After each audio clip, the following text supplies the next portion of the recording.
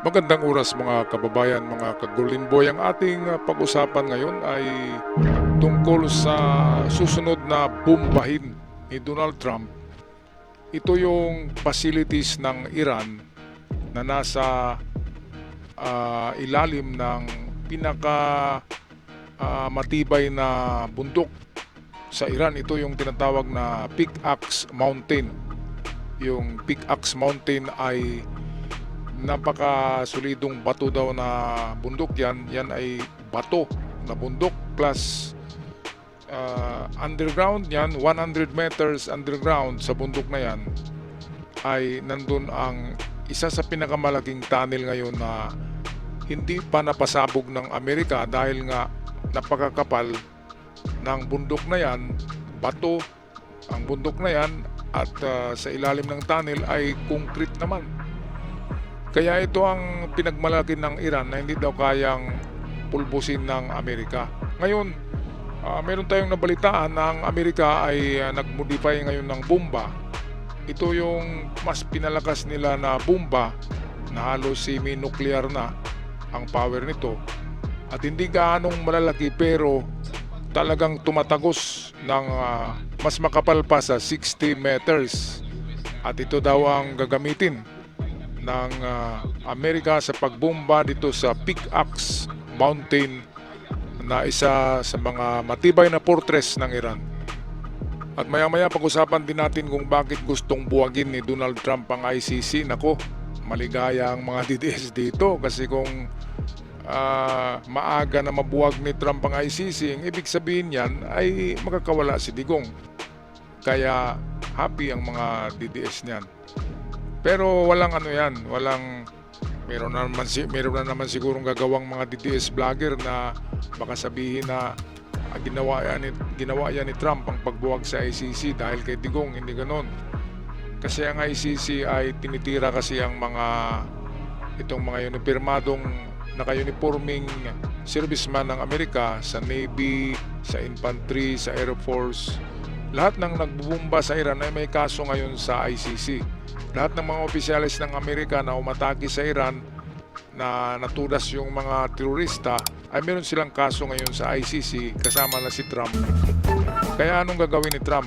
Kaya sa bandang huling video ipapaliwanag yan ni Secretary Rubio ng Amerika kung bakit gusto nilang buwagin ang ICC. In the meantime, patuloy tayo sa ating video courtesy ni John Reps. John Reps. Sa patuloy na pagwasak ng Amerika sa Iran, muling naglunsad ng mga fighter jets ang US aircraft carrier at walang humpay na binomba ang southern Iran. Babala pa ni Trump, sa mga susunod umanong atake ay ang Pickaxe Mountain naman ng Iran ang kanilang bobombahin. Habang binalaan din ni Trump ang ICC o International Criminal Court pati na ang mga miyembro nito na kumalas na umano sa ICC dahil kung hindi ay ilalapat ni Trump ang mga mabibigat na sanksyon. Habang sa Middle East pa rin, matapos tamaan ng Houthi ang airport ng Saudi, ang Saudi Arabia ay gumanti naman ng airstrike sa rebelding Houthi sa Yemen.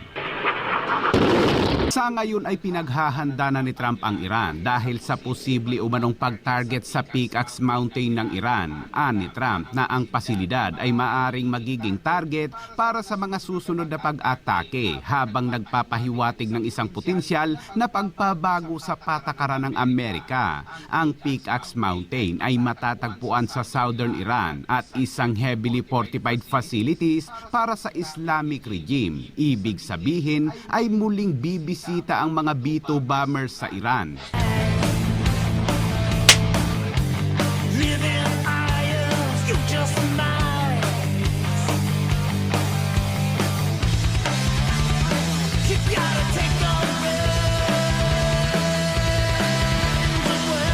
Wow, naalala ko yung Top Gun movie with Tom Cruise. Ito yung soundtrack na yun eh.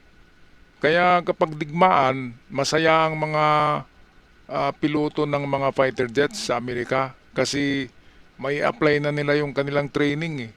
Sila yung pinakamagaling magpalipad ng mga warplanes.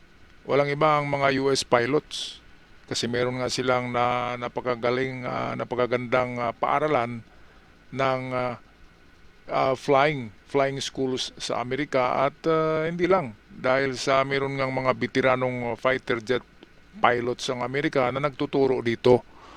Kaya magiging practice lang ng Amerika itong pagbubumba sa Iran.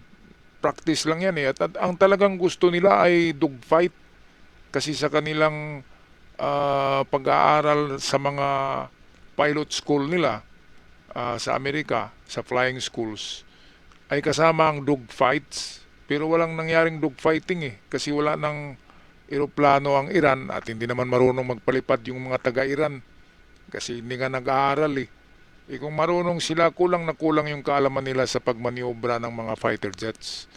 Anyway, ito na tayo, pasok na tayo sa balita tungkol sa ICC na gustong buwagin ni Trump ito dahil wanted sa ICC si Trump kasama ang kanyang mga officials sa military, sa US military. Lahat ng opisyalis ni Trump, ang mga general, may mga kaso lahat sa ICC. Kaya galit si Trump, magbigay na naman siya ngayon ng sanction sa lahat ng officials ng ICC at mga judges. Kaya sabi ko kanina, naku, masaya si Digong at masaya ang mga fans ni Digong at gagawa naman yung mga vlogger ni Digong ng content na inutusan ni Digong si Trump na buwagin ang ICC para makawala siya, hindi ganon. Atin na yan sinabi kanina na dahil nga kinasuhan ng ICC lahat ng opisyalis ni Trump sa US Armed Forces ng Amerika, ganon din si Netanyahu, may kaso, ganon din si Putin, may kaso sa ICC. Walang sinasanto ang ICC, grabe. Kaya sabi ni Trump, ang Amerika ay dumaan to sa napakaraming revolusyon kasi gusto nila ng walang magkukontrol sa kanila, total independence ang Amerika. Ngayon, bakit kukontrolin sila? Ang Amerika ay may sariling justice system yan. Kung may nagkasala sa Amerika, di lilitisin ng Amerikano sa American Court. Hindi doon sa European Court, which is mga duwag. Hindi nga tinulungan nila si Trump sa giyera diyan sa Iran. Hindi gumastos ang NATO. Grabe talaga tong NATO. Okay, so ito yung ating hiram na video. Ito si Secretary Rubio ng Amerika na magpaliwanag kung bakit gusto nilang buwagin itong ICC or International Court.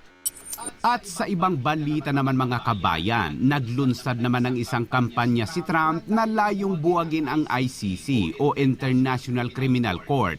Ayon kay Trump ay tinatarget umano ng ICC ang kanilang mga servicemen. Panawagan naman ni Trump sa mga miyembro ng ICC na kumalas na. Babala pa ni Trump sa ICC ay pabibigatin nito ang sanksyon at sa mga miyembro naman nito ay babawian sila ni Trump ng visa at hindi na sila makakaapak ng Amerika.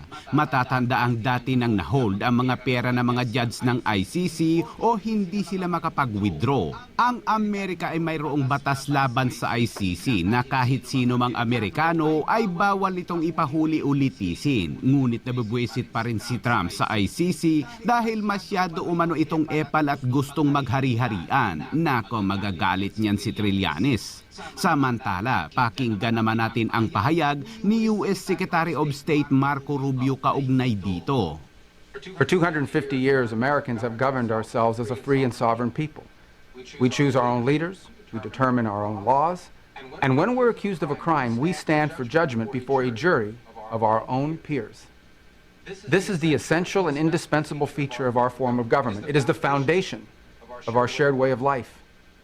But today, powerful people in faraway places want to take that away from us. They believe that they should be in charge of your laws, of your country, your life, and they don't care whether or not you agree. Halfway across the world, there's an institution that calls itself the International Criminal Court. Maybe you've heard of it, maybe you haven't. But chances are you don't know the names of its judges, of its prosecutors, or its president. And you shouldn't have to. But as we speak, the ICC and its friends are waging a war against our country, not with bullets or missiles, but with statutes, compacts, and the force of so-called international law. When the ICC was born 24 years ago, they told us that it was merely a narrow backstop, a global court that would step in to prosecute only the gravest offenses. things like genocide and war crimes, and only when a nation's courts were unable to prosecute them on their own. But the truth is, it was something far more radical and extreme. It was a global tribunal staffed by unelected globalist bureaucrats who claim their power is almost unlimited. The danger of this global court has only continued to grow. Today, it threatens every aspect of our political and legal system.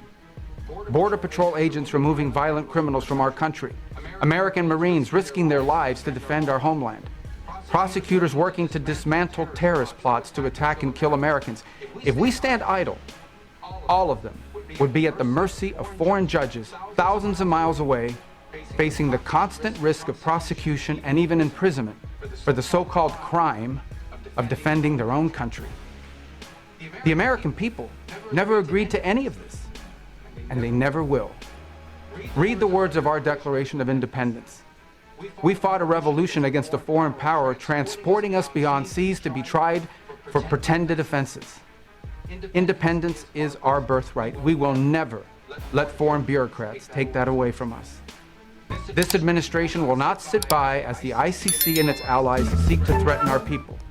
If they believe they can deprive us of our sovereignty, we will teach them the full meaning of American resolve.